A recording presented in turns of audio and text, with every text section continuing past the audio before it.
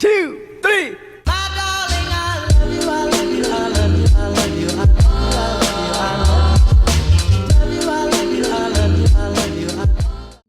Hi, welcome to my channel. I am Kanisha, owner of K's Classroom Tutoring Services, and I wanted to help you with a few ways to support your child's learning at home, starting with reading. Now, we know all students read at school, but how can you as a parent support their reading at home as well? The first way that you can support them is finding out what their reading level is. And the best way to do that is just to ask their teacher. So they either have a Lexile reading level, a guided reading level, a developmental reading assessment level, which is the DRA level, or you can ask them for what their grade level equivalent is. Now, once you know their reading level, the next step is obviously to find some books on their level. There are a few online tools that I would recommend. You can start off with the Lexile Find a Book tool once you learn your child's Lexile reading level. You simply just go to the website and type in your child's Lexile level. They also give you a choice to type in a Lexile level range. So you can start with the level below your child and then a couple levels above, or the level that your child is on and a couple levels above, whatever you decide to do. And if you want to find some books right now and you don't know your child's Lexile level yet, you can just search by grade. That website will be linked below in the description. My next recommendation would be the Scholastic Book Wizard. Scholastic offers a book wizard tool that has over 65,000 children's books in the database, where you can search using the title and author to find an individual book's reading level. You can also search by reading level, subject, grade level, or genre for any recommendations. There is also a resource page where you can find lists of the best books under $5 for different ages. Again, that website will be linked in the description below. Again, if you don't have time to ask your child's teacher, or if they're taking a little bit longer to get to you, here is a quick trick for you to know exactly what kind of books to get your child. It's called the 5-finger rule. So if you're already at the library or bookstore, here's what you do. You choose a book and you flip to any page.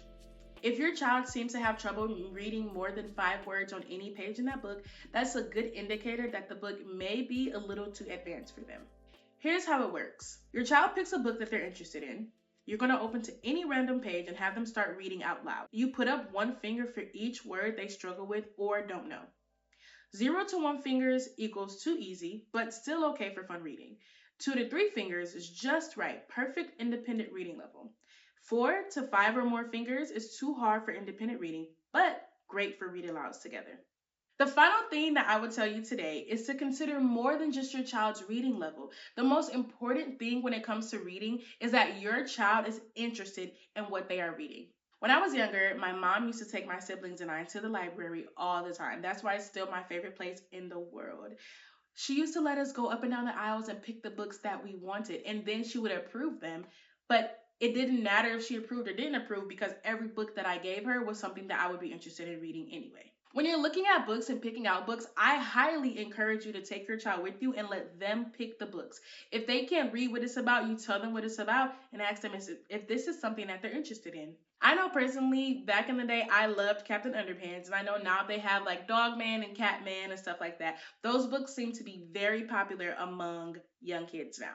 Remember that picture books are not the only things that exist. You have small novels, you have chapter books, and you have graphic novels that your child may be interested in. Once you know their level, or once you want to try out this 5-finger rule, you can hit the library, bookstores. Dollar Tree always has great books, and online resources like Libby, which is the online library app for you to get free books and free audiobooks, so you can use that too as the parent. And I really enjoy Epic, the website, which some of your students may be using at school. Don't stress too much about the reading levels. If you end up getting a book that's too easy, that's totally fine.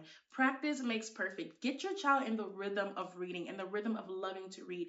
Even present a few challenges to them. Say, hey, if you end up reading more pages of your book today than I read of my book, then I'll get you a treat.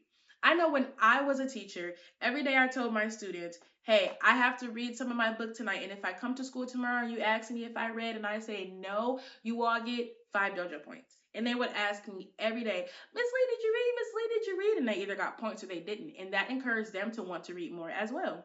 Remember that their reading level does not equal their grade level.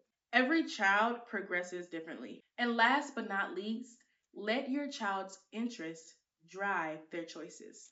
If you want this information to stay with you, you can visit my website and go to my products and downloads page and download everything I just told you for free. Everything is linked in the description below, and I really hope that you and your child tackle reading and learn to love it together.